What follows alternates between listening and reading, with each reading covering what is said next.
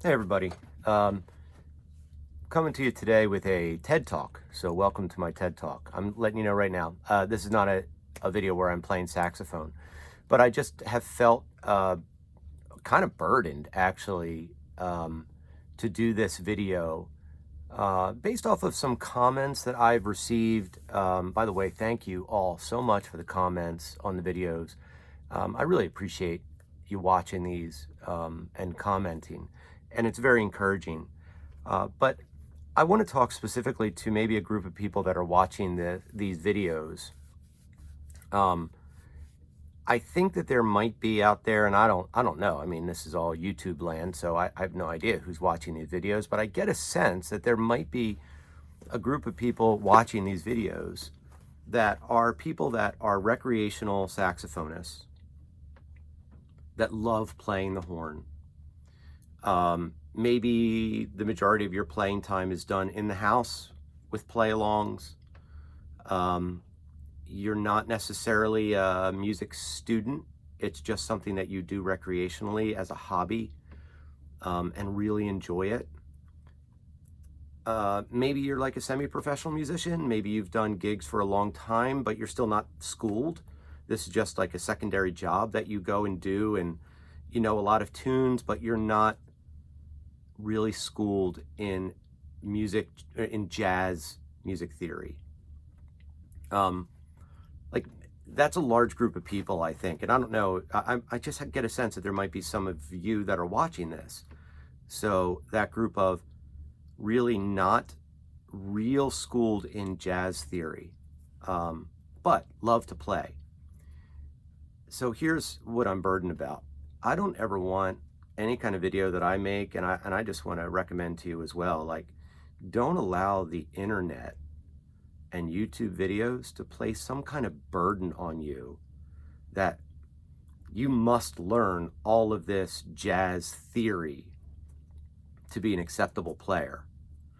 Um, you don't. You don't. And this is from someone that I love jazz theory. Like, I love talking about it. I love thinking about it. I've spent a long time working on it. It's something that affects my playing deeply, is understanding harmony and rhythm and the way chords move and lines move and substitutions and form and all that stuff. Like I love all that stuff. But I don't want you to be burdened that I must learn all of that or else I'm a lesser player. Because you know what? You're not. You're not. There have been countless players through the years that have absolutely no idea about music theory and have been some of the most uh, influential players in the jazz world. This whole music theory kind of idea, um, this is more recent. So don't allow this to be a burden. Um, I just want to thank you, those of you that are kind of like mostly ear players. Maybe you're one that loves to play along with a play along. Like you love playing the melody to a song. You love kind of improvising around that melody. You're not quite sure what you're doing, but it sounds good to you, and maybe it sounds good to others as well.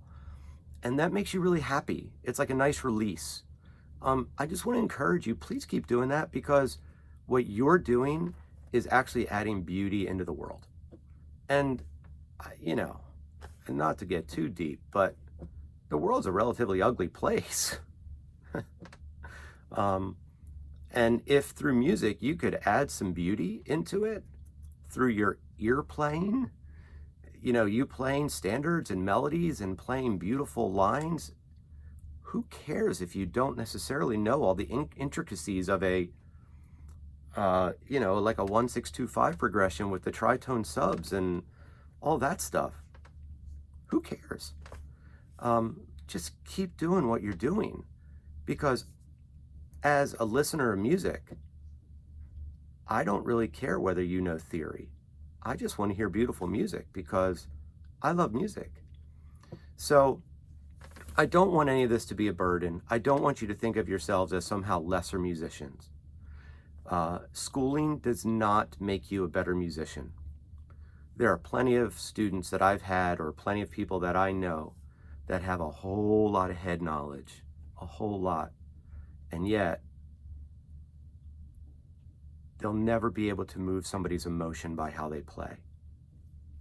Because head knowledge doesn't equate to beauty in music.